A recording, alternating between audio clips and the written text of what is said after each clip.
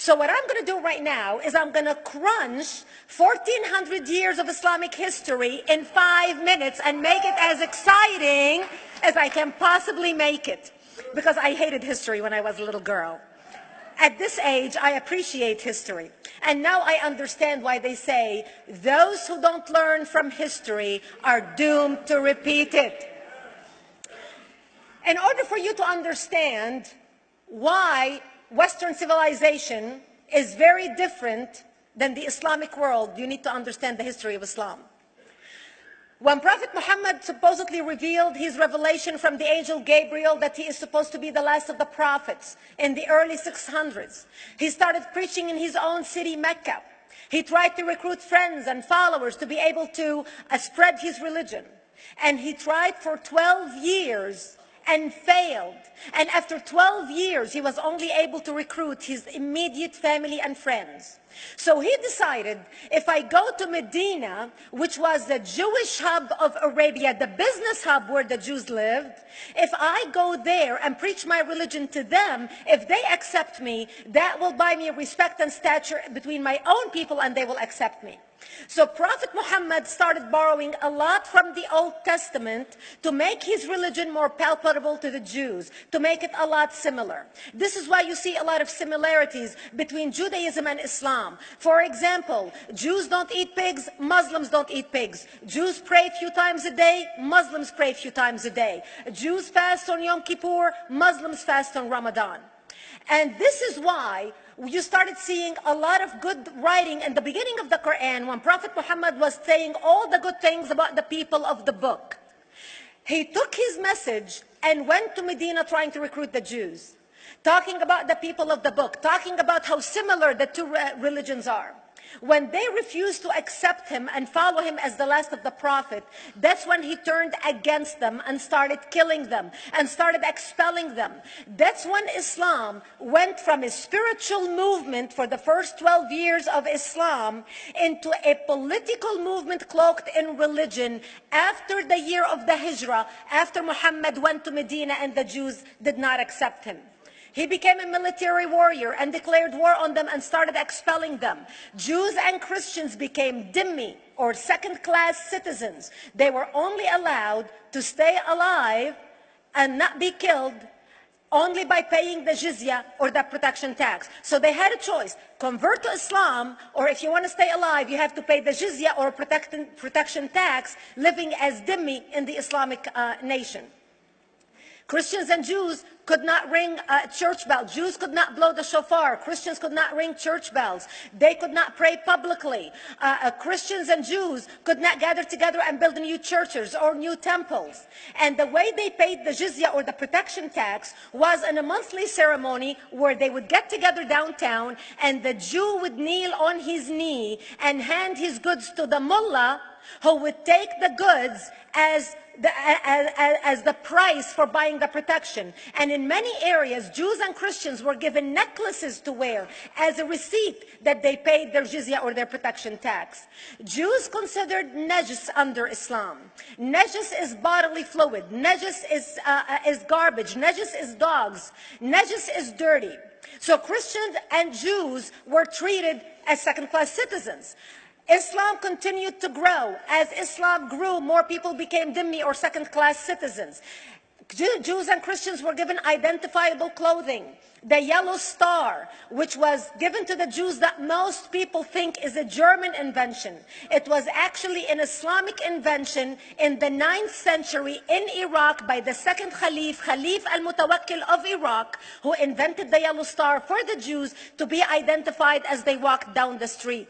Because Jews were considered najis, if a Muslim man or a Jew walked on the same side of the street, the Jew had to cross the other side so the Muslim man can walk, so he's not dirtied by the filth of the Jew. Christians were given the zunnar, the belt, which most of you men are wearing right now. That was an Islamic invention for the Christians. Islam continued to grow. They went all the way to Jerusalem. They conquered Jerusalem. Christians couldn't ring their church bells in Jerusalem. The Pope in Rome in 1090 told the Christians, how could you sit idly by and allow your brethren to suffer like this in the Holy Land? You need to go liberate the Christians. You need to go help the Christians. That's why the Crusaders were launched. The Crusaders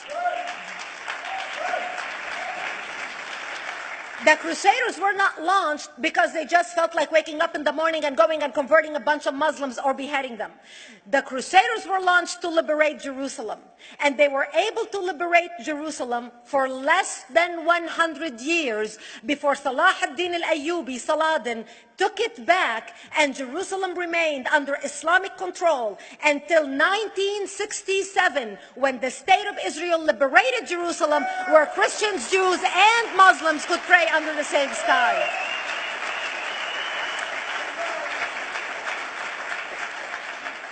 The Crusaders continued fighting Islam, and for 300 years they tried and failed. And by the 1300s, the Crusaders disappeared because they could not win against Islam. Islam continued to expand. They went all the way to Central Europe. They went all the way to China. They went to India. They conquered Spain. They changed the name of Spain from Spain to Andalusia. And they started, as they advanced, as they conquered more nations, more people paid the jizya, or the protection tax. And this is how the Islamic Empire grew. It went all the way until they was stopped at the gates of Vienna on 9/11. 9/11 is not a date that Osama bin Laden just picked out of a hat. 9/11 is a symbolic date in the Islamic calendar. By the 1600s, Islam had covered more of the earth's surface than the Roman Empire did at its peak. Between the 1600s and the 1800s, the Europeans were experiencing the European Industrial Revolution, where the Europeans were able to invent products on factory lines, where they are able to make money and sell products, which gave them the money to build a strong army in order to fight the Muslims. And that's how they were able to stop them at the gates of Vienna on 9/11. The Europeans started the pushback against Islam. They pushed them out of Europe. They pushed them out of all the way to the Middle East and North Africa. By 1924, the Islamic Empire ended. In 1924, the Islamic Caliphate ended in Turkey by President Ataturk, who was a secularist. He ended the Islamic Empire, and he gave women rights to vote. He gave women a right to an education, a right to work, a right to choose a husband. He forbid women from wearing the hijab. He forbid men from wearing the beard. The Muslims hate him so much that they consider him a Jewish agent, because they believe that his mother in her bloodline was Jewish, and that was the influence on Ataturk. By the time the Islamic Empire, or the Islamic Caliphate, or the Islamic State ended in 1924, the Islamic Caliphate had existed for 1400 years, and it ended less than 100 years ago. By the time the Islamic Caliphate ended in 1924, 270 million people around the world were killed by Islam. 270 million. And we didn't have weapons of mass destruction, and there was nuclear weapons. All of these people were killed, butchered by the sword. The people in the world, less than 100 years ago, how many people knew this history? Please raise your hand. We in America have failed to educate our children about history. We in America failed to educate our population about history. Our children in high school, you take any 17, 16-year-old kid, 18-year-old kid, and ask them about World War II. They can't even tell you what happened in World War II. For them, it's ancient history, and we still have our World War II veteran walking among us. That's how little we know of history. Islam ended in 1924, the Caliphate. People thought the Caliphate will never be resurrected. The Caliphate will never come back. But two things happened in the Middle East in the last century that made the Islamists be able to resurrect the Caliphate. Number one is the discovery of oil in Saudi Arabia, which we were able to discover and were stupid enough to allow them to nationalize it. And the number two that happened was Ayatollah Khomeini coming to power in 1979. That gave the Islamists the money and also the spiritual covering in order to explode on the world stage. And people say, oh, well, the Wahhabis exported their Wahhabi radical religion. The Wahhabis are the name of Wahhab. They're not a different sect of Islam. They follow the authentic preaching of Prophet Muhammad, the way Prophet Muhammad lived and practiced his religion. This is why neither you or me or any infidel can step a foot in Mecca, because as far as they're concerned, we are filth. And as infidels, we're not allowed to step a foot, not President Obama and not anybody else. As a matter of fact, Al-Qaeda used to use Saudi Arabia and its success as an excuse to recruit members, as the example to show them how Allah has blessed Saudi Arabia because of the way they adhere to the tenets of Islam. And today we talk about ISIS. ISIS is not a new invention. ISIS resurrected the caliphate that ended less than 100 years ago. Except we are too ignorant and too uninformed to understand what ISIS is doing and why ISIS is succeeding.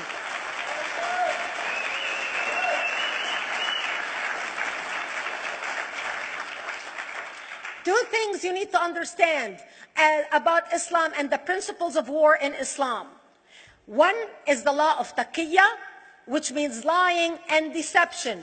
It means that a Muslim man can lay his hand on the Quran and swear that he is telling the truth, knowing that he is lying, but also knowing that the Quran will forgive him because he is advancing the cause of Islam. The second thing you need to know about is that the Treaty of Al-Hudaybiyah, which is an Islamic principle of war and a model on how to deceive your enemy when you have to sign peace treaties with your enemy. And it is based on an example by Prophet Muhammad. Prophet Muhammad was attacking the Meccans and their caravans when he was living in Medina. One day he attacked them because this is how he got the goodies. He would attack them, rob them, and spread the goodies among his men. And this is how he was able to recruit, because this is how people made money without working. And so he attacked the Meccan caravans. When he realized he's not able to defeat the Meccans in that city of Al-Hudaybiyah, in that place, he signed a 10-year treaty with them. Does that sound familiar? A 10-year treaty with them that says he will not attack them, he will have peace with them, he will not declare war on them.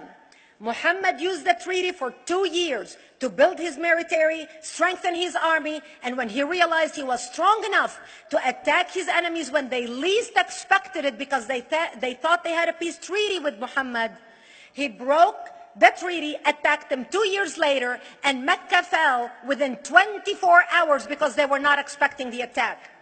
And that became a principle of war in Islam. And to give you an example of how that is practiced, this is why anything signed with Iran means nothing to them. And to give you an example of how this law has been put to use in recent history, Yasser Arafat, who's not an Islamist, but he is a Muslim, met with the Israelis and signed the Oslo Accord in 1993. Remember all the handshaking at the lawn of the White House? The Oslo Accord, Yasser Arafat used the peace treaty, the Oslo Accord with Israel, to get Israel to bring him back and give him his territory, finance his military, train his police, and give his police the weapons. Yasser Arafat broke the Oslo Accord 8 years later, didn't even wait 10 years, and declared the second intifada in 2000, and all hell broke loose. He used the same treaty to win and deceive against his enemies and deceive his enemies. When Jordanian press, after Yasser Arafat signed the Oslo Accord with Israel, and Egyptian press would interview Yasser Arafat, and they would say, how could you sign a peace treaty with the devil? How could you sign a peace treaty with the Jews? Yasser Arafat will tell them, remember Hudaybiyah. That's all he would have to say. The whole Muslim world knew exactly what Yasser Arafat was talking about. We in the West and the Jews in Israel, it was over their heads. Nobody understood what Hudaybiyah was referring to. And this is the type of deception that we are dealing with. So when Iran signs a peace treaty with the United States for 10 years, they are using us as useful idiots, as gullible, ignorant people who are signing a peace treaty with the devil in order for Iran to continue her thing. In this deadly game of thrones, there's no place for America or for Israel. We don't have to gamble with our future and with our children's future. Elie Wiesel. And I wish I could promise you, Elie, that the lessons of history have been learned. That is why it is so important to be wise about who we're going to put in the White House next year.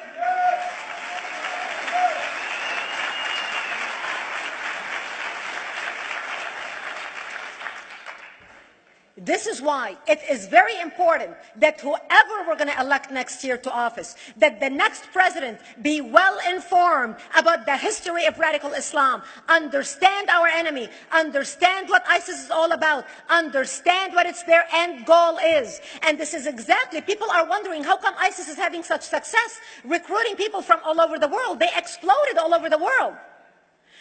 The Pew Research did a poll. And of course, the Pew Research is not Brigitte Gabriel, is not Fox News, is not Tony Perkins. The Pew Research did a poll in 2013 when they went around the world and interviewed Muslims from Islamic countries all over the world. And they asked them two questions.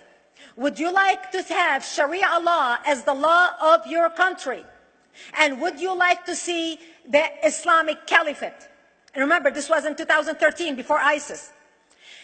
The 5 top countries in the world, in the Islamic world, the 5 top Islamic countries: Indonesia, 204 million Muslims; Indonesia, Afghanistan, Indonesia, Pakistan, Egypt, Nigeria, and Bangladesh. 77% of Muslims interviewed in these Islamic countries, 77% want the establishment of Sharia law and want the establishment of an Islamic state.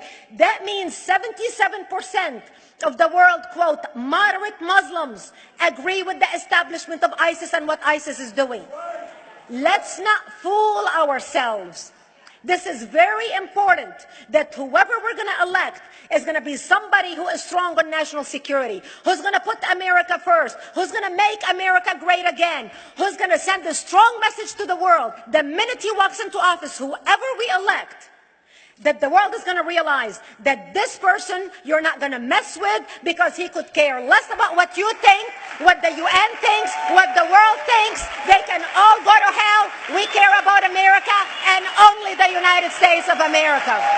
I hope that we learn from the lessons of history, that we learn from the Elie Wiesels, from the Brigitte Gabriels, and many others who are warning America about what's to come. May God bless you one and all, and may God bless the United States of America. Thank you.